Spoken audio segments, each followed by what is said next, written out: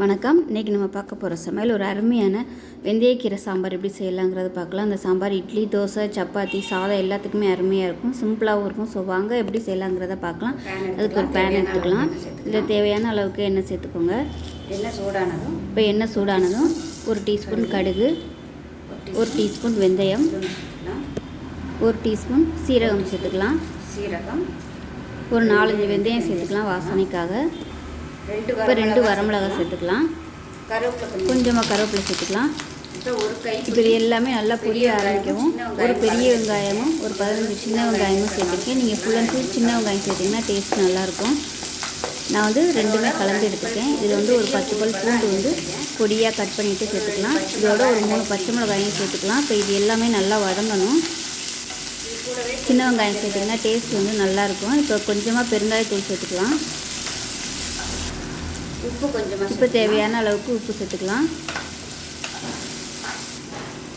இப்போ வெங்காயம் நல்லா வதங்கிடுச்சு. மீடியம் சைஸாக 2 தக்காளி நல்லா பழுத்த தக்காளியாக சேர்த்துக்கோங்க, நல்லா கரையிற அளவுக்கு. இப்போ இதையும் சேர்த்து நல்லா வதக்கி விட்டுக்கலாம். தக்காளி நல்லா மசிஞ்சு வரணும். இப்போ மூடி வச்சிடலாம். இப்போ பாருங்கள், தக்காளி நல்லா மசிஞ்சு வந்துருச்சு. இப்போ இதில் நம்ம தேவையான அளவுக்கு குழம்புத்தூள் சேர்த்துக்கலாம். குழம்புத்தூள் இல்லை சாம்பார் தூள் எதுனாலும் சேர்த்துக்கலாம். அதை சேர்த்துட்டு எக்ஸ்ட்ரா மிளகாத்தூள் சேர்த்துக்கலாம். பருப்பு சேர்க்கறதுனால கொஞ்சம் காரம் கொஞ்சம் அதிகமாக இருந்தால் தான் நல்லாயிருக்கும், இல்லைன்னா சப்புன்னு இருக்கும். அதனால் மிளகாத்தூள் கொஞ்சம் தனியாகவே சேர்த்துக்கலாம். இப்போ ஒரு கைப்பிடி அளவுக்கு வெந்தயக்கீரை சேர்த்துக்கலாம். நல்லா கழுவிட்டு சேர்த்துக்கலாம். இதை பொடியாக கட் பண்ணி சேர்க்குறதுனாலும் சேர்த்துக்கலாம். நான் இன்றைக்கி காலையில் அவசரமாக பண்ணதுனால எனக்கு கட் பண்ண டைம் இல்லைன்னா அப்படியே சேர்த்துக்கேன். இதையும் சேர்த்து நல்லா வதக்கி விட்டுக்கலாம்.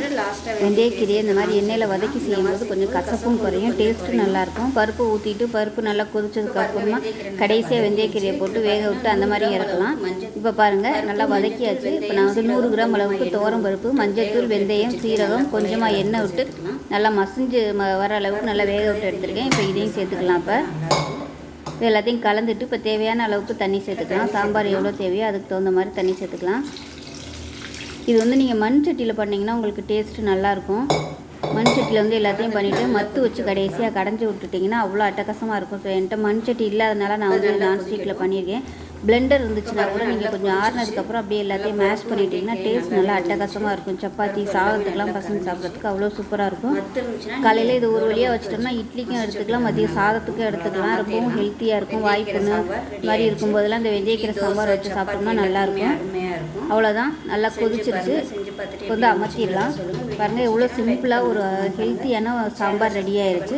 ஸோ இதே மாதிரியே செஞ்சு பாருங்கள். செஞ்சு பார்த்துட்டு எப்படி வந்துச்சுங்கிறத சொல்லுங்கள்.